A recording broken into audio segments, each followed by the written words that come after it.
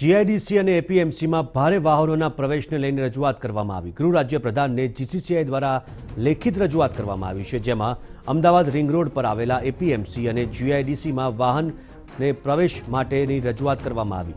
બપોરે 1 થી સાંજે 4 વાગ્યા દરમિયાન ભારે વાહનોને પ્રવેશ આપવા બાબતે જીસીસીઆઈ દ્વારા રજૂઆત કરાઈ છે। ભારે વાહનના પ્રવેશબંધીના લીધે વેપારીઓને આર્થિક નુકસાન થતું હોવાનો પણ દાવો કરવામાં આવ્યો છે।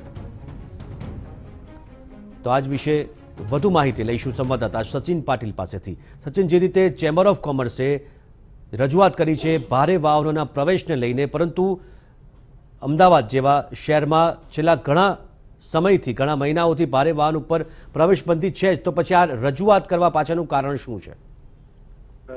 નરેન્દ્રસિંહ, જે પ્રકારે કોરોનાને કારણે જે નાઇટ કર્ફ્યુ લગાવવામાં આવ્યો છે અને નાઇટ કર્ફ્યુને કારણે સ્થિતિ એવી થાય છે કે રાત્રિના સમયે ના તો કોઈ મજૂર મળે છે, કે ના ઓફિસીસ ખુલ્લા હોય છે, કે ના કંપનીઓ ખુલ્લી હોય છે, અને એના કારણે લોડિંગ અનલોડિંગને લઈને મોટી સમસ્યાઓ થતી હોય છે।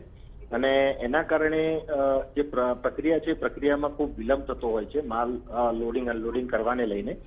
અને સાથે સાથે વેપાર ઉદ્યોગોને સમયસર જે લેવડ દેવડ પૂરી કરવાની હોય ત્યારે એ પણ પ્રક્રિયા નથી થઈ શકતી।